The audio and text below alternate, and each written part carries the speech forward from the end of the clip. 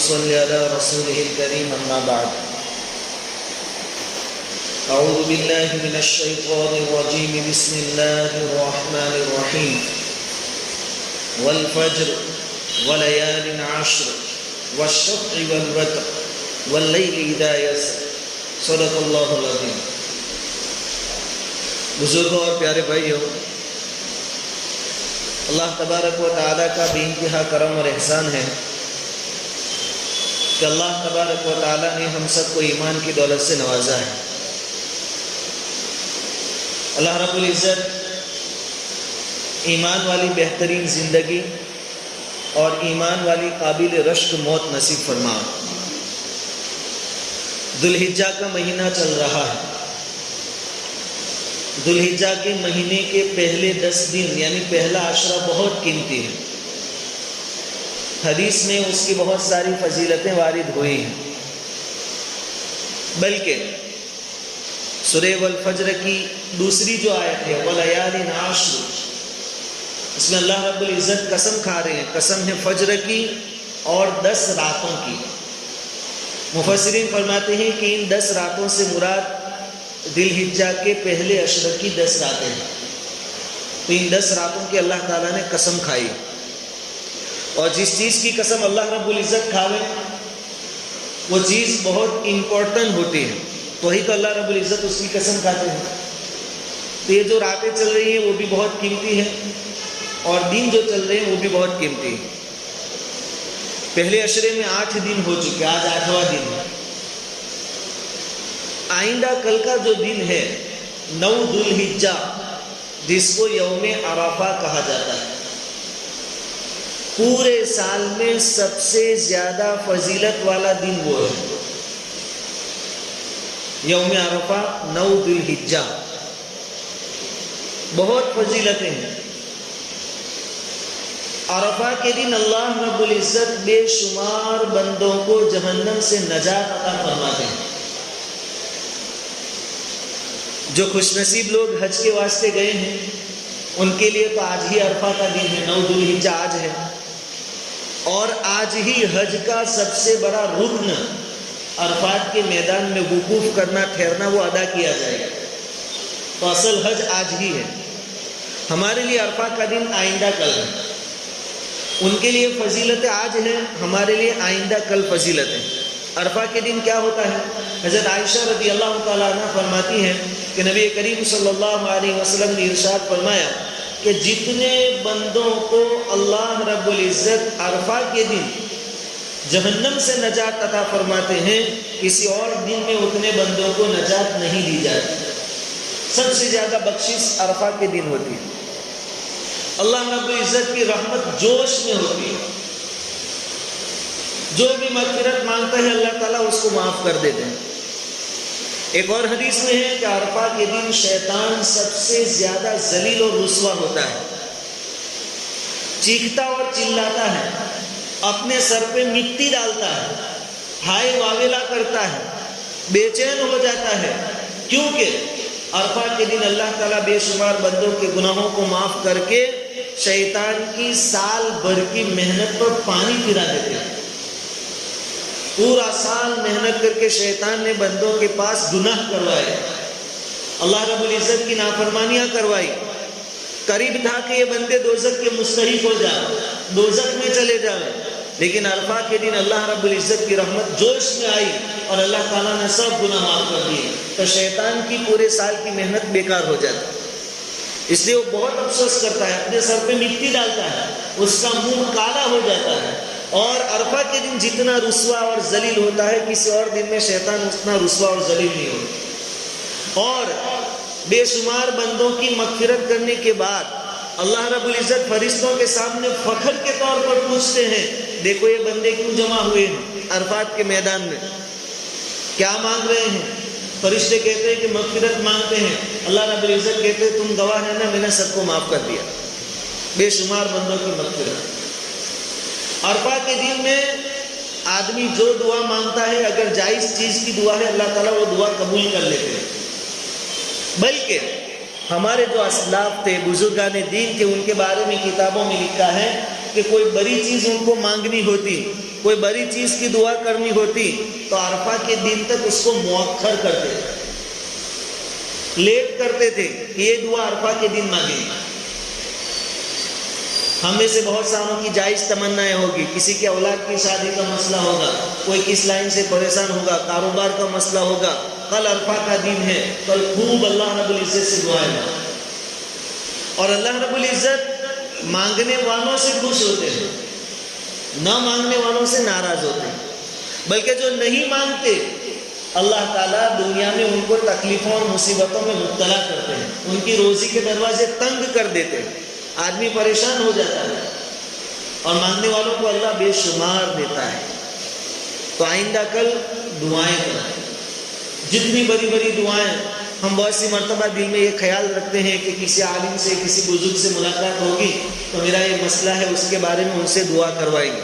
آئندہ کل ان مسئلوں کے بارے میں خود دعا کر کے دیں، اللہ تعالیٰ ضرور قبول فرمائیں انشاءاللہ۔ آئندہ کل ہمارے لیے دعاؤں کا دن۔ عرفہ کے دن روزہ رکھنے کی بہت فضیلت ہے۔ ویسے تو یہ 9 دنوں میں روزے رکھنے تھے، جس کو اللہ نے توفیق دی انہوں نے رکھے، لیکن اگر کوئی نہیں رکھ پایا تو کم سے کم آئندہ کل کا روزہ ضرور رکھے۔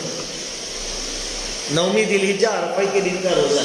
حضور نے فرمایا احتسب علی اللہ ان یکفر السنۃ التي قبلہ والسنۃ التي بعدہ، او کما قال علیہ الصلوۃ والسلام، کہ مجھے اللہ رب العزت کی ذات سے امید ہے کہ عرفہ کے روزے کی برکت سے اللہ تعالیٰ 1 سال اگلے گناہ معاف کر دے گا اور 1 سال پچھلے گناہ معاف کر دے گا۔ اس پر گزشتہ سال میں ہم نے کہا تھا کہ علماء کرام فرماتے ہیں کہ گزشتہ 1 سال کے گناہ معاف ہوئے، یہ تو سمجھ میں آتی ہے بات کہ وہ تو ہوئے، آئندہ سال کے گناہ معاف ہونے کا کیا مطلب؟ علماء نے فرمایا کہ اس میں اس بات کی طرف اشارہ ہے کہ جو کوئی عرفہ کے دن روزہ رکھے گا آئندہ سال 1 سال تک زندہ رہے گا، تبھی تو اس سے گناہ ہوں گے اور وہ گناہ اللہ تعالیٰ معاف کریں گے۔ بہت سارے علماء اور محدثین کا یہ کہنا ہے 2 سال کے گناہ معاف۔ تو آئندہ کل روزہ رکھنے کی کوشش کریں، ٹھنڈی کا موسم ہے اور اطمینان سے آدمی رکھ سکتا ہے۔ ابھی گرمی کے روزوں میں ہم نے اللہ پر بھروسہ کر کے روزے رکھے تو ہم نے 30 روزے رکھ لیے اللہ کی توفیق سے۔ آئندہ کل ضرور روزہ رکھیں۔ کل جو رات آنے والی ہے عید کی رات، یہ بھی بہت قیمتی، سال بھر میں 5 راتیں بہت قیمتی، اس میں سے عید کی دونوں رات، رمضان عید یعنی عید الفطر والی رات اور یہ عید الاضحیٰ والی رات، ان راتوں میں جو کوئی آدمی بندگی کرتا ہے، اللہ کا ذکر کرتا ہے، جس طریقے سے بھی ہو، اللہ رب العزت کا وعدہ ہے کہ اس آدمی کا دل قیامت کے دن مردہ نہیں ہوگا، زندہ ہوگا، جبکہ دوسرے لوگوں کے دل اس دن مر جائیں گے، پسمردہ ہو جائیں گے، کملا جائیں گے، لیکن جنہوں نے عید کی راتوں میں عبادت کی ان کے دل اس دن یعنی قیامت کے دن، حساب کتاب والے دن تر و تازہ ہوں گے، روشن ہوں گے، یہ لوگ اللہ کے عرش کے سائے میں ہوں گے۔ اس لیے آئندہ کا روزہ دن میں اور عید کی جو رات ہے اس میں تھوڑی بہت عبادت کر لے، اور شریعت کے حساب سے رات مغرب سے شروع ہو جائے، مغرب کی نماز سے تمام نمازوں کو جماعت کے ساتھ ادا کرنے کی کوشش کریں۔ ویسے تو ہمیں تو ہمیشہ یہی کوشش کرنی چاہیے، لیکن کم سے کم آئندہ کل سے تو بہت اہتمام کریں۔ مغرب کی نماز کے بعد 2-4 رکعت اوابین کی پڑھ لیں، صبح میں اشراق کی 4 رکعت پڑھ لیں۔ اللہ رب العزت کا بہت بڑا وعدہ ہے، ابن آدم دن کے شروع میں تو 4 رکعت پڑھ لیں، میں تیرے دن بھر کے کام بنا دوں گا۔ آدمی کے بہت سارے کام ہوتے ہیں، اللہ رب العزت اشراق کی نماز کی برکت سے اس کے کام آسان کر دیتے، تو اشراق کی 2-4 رکعتیں پڑھنے کی عادت ڈالیں۔ اس کے بعد آئندہ کل کا جو دن ہے عرفے کا دن، اس میں صدقہ خیرات خوب کریں، خوب صدقہ دیں، خوب اللہ کے راستے میں خرچ کریں، ضرورت مندوں کی ضرورتوں کو پورا کرنے کی کوشش کریں۔ حضرت حکیم بن حزام رضی اللہ تعالیٰ عنہ بڑے مشہور صحابی ہیں، بڑے درجے کے صحابی ہیں، ان کے بارے میں لکھا ہے کہ عرفہ کے دن وقوف عرفہ کے موقع پر یعنی 9ویں ذی الحجہ کو وہ 100 جانور ذبح کرتے تھے، 100 جانور، اور حاجیوں میں ان جانوروں کا گوشت تقسیم کرتے تھے، اور اپنے ساتھ عرفات کے میدان میں 100 غلاموں کو لاتے تھے خرید کر، اور ان 100 غلاموں کو عرفہ کے دن آزاد کر دیتے. حاجی جب ان کی دعوت کھاتے، دعوت کھانے کے بعد حاجی لوگ عرفات کے میدان میں بہت رو رو کر چلا چلا کر ان سے اللہ رب العزت کی بارگاہ میں دعا کرتے، اور دعا میں یوں فرماتے کہ اللہ یہ تیرا بندہ ہے حکیم، اس نے اپنے غلاموں کو آزاد کیا، ہم تیرے غلام ہیں، تو ہمیں آزاد کرنا. گویا ان کے وسیلے سے دعائیں ہو رہی. تو اس دن جتنا خرچ کر سکتے خرچ کریں، ضرورت مندوں کو تلاش کر کر کے جو کچھ دے سکتے دے. ایک بڑا عمل آئندہ کل کے یہ، اور ایک اور عمل کل فجر کی نماز سے شروع ہوگا، تکبیر تشریق کا پڑھنا.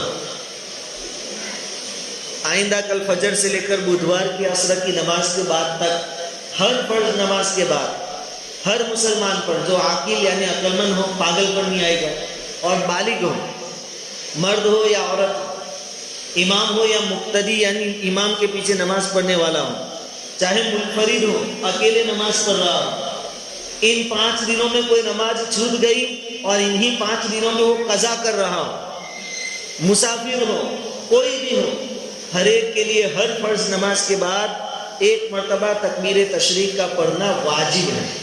مرد زور سے پڑھیں گے، عورتوں پر بھی واجب ہے، عورتیں آہستہ پڑھیں گی. تکبیر تشریق کیا ہے؟ اللہ اکبر اللہ اکبر لا الہ الا اللہ واللہ اکبر اللہ اکبر وللہ الحمد. یہ تو ہر فرض نماز کے بعد واجب ہے. ویسے بھی ان تکبیرات کو ان دنوں میں کثرت سے پڑھنا ہے، جتنا ہو سکے زیادہ سے زیادہ یہ تکبیرات پڑھیں. یہ دن اللہ رب العزت کی بڑائی بیان کرنے کے دن، اللہ رب العزت کی رحمتیں لوٹنے کے دن. اللہ رب العزت کی رحمتیں بے شمار ان دنوں میں برستی ہیں، کوئی اس کو لینے والا اور لوٹنے والا چاہیے. تو چلتے پھرتے تکبیرات کی پابندی کریں.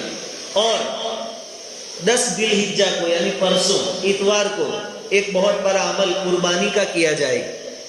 صاحب نصاب پر قربانی واجب ہے. صاحب نصاب کون؟ جس کے اوپر صدقہ فطر واجب ہوا تھا، جس کے اوپر صدقہ فطر واجب ہوا تھا وہ صاحب نصاب ہے اور اس پر قربانی واجب ہے. تو اپنی قربانی کی فکر کریں. قربانی کے بارے میں شریعت کی گائیڈ لائن یہ ہے کہ جانور کو گھر پر لاوے، 1-2 دن کے لیے بھی ابھی موقع ہے لے آوے، اس کو اپنے ہاتھوں سے پلاوے، اپنے ساتھ اس کو مانوس کرے، ایک تعلق قائم ہو، اور ایسا تعلق قائم ہو جاوے کہ جب اس پر چھری چل رہی ہو اس وقت ہمیں یہ محسوس ہو رہا ہو کہ گویا ہماری اولاد ذبح ہو رہی ہے. کیونکہ یہ تو ابراہیم علیہ السلام کے عمل کی نقل ہے، اور ابراہیم علیہ السلام نے تو اپنے بچے ابراہیم پر چھری چلائی. ہم تو جانور پر چلا رہے ہیں، لیکن کم سے کم تھوڑا احساس ہمیں ایسا ہو کہ جیسے ہماری اولاد ذبح ہو رہی. تو اپنے گھر پہ قربانی کر سکتے ہو، بہت اچھی بات. گھر پہ قربانی کا انتظام کریں. حصوں کے ذریعے بھی آپ قربانی کر سکتے ہیں. قربانی کے بارے میں 2-3 الجھنیں، 2-3 مسئلے جو عام طور پر پوچھے جاتے ہیں وہ یہ ہیں. سب سے زیادہ سوال یہ کیا جاتا ہے کہ ہم اس بار پہلی مرتبہ قربانی کر رہے ہیں تو کس کے نام کی کریں؟ اس سال پہلی مرتبہ قربانی کر رہے ہیں تو کس کے نام کی کریں؟ ابا کے نام کی، امی کے نام کی، حضور صلی اللہ علیہ وسلم کے نام کی، کس کے نام کی؟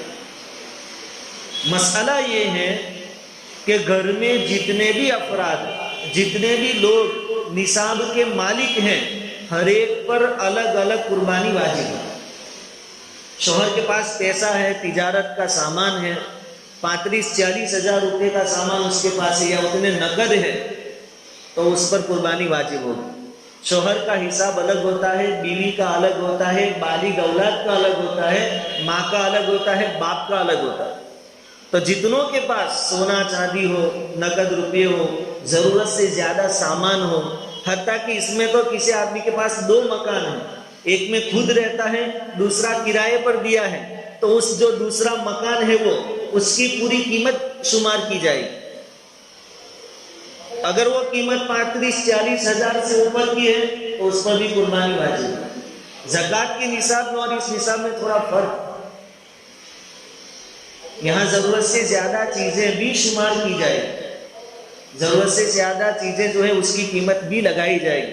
سب ملا کر بھی اگر 35-40 ہزار روپے کے اوپر ہو جاتا ہے تو قربانی واجب ہو جائے گی. ایک سوال یہ. دوسرا سوال یہ کہ مرحوم کے نام کی قربانی کرنے کی ہر ایک کو چاہت ہوتی ہے کہ ہمارے مرحوموں کو ثواب پہنچے، ہو اگر بندوبست ہو کرنی چاہیے، لیکن پہلے زندوں کی فکر کرنی چاہیے. جو گھر میں زندہ ہے، جو صاحب نصاب ہے، ان پر تو واجب ہے.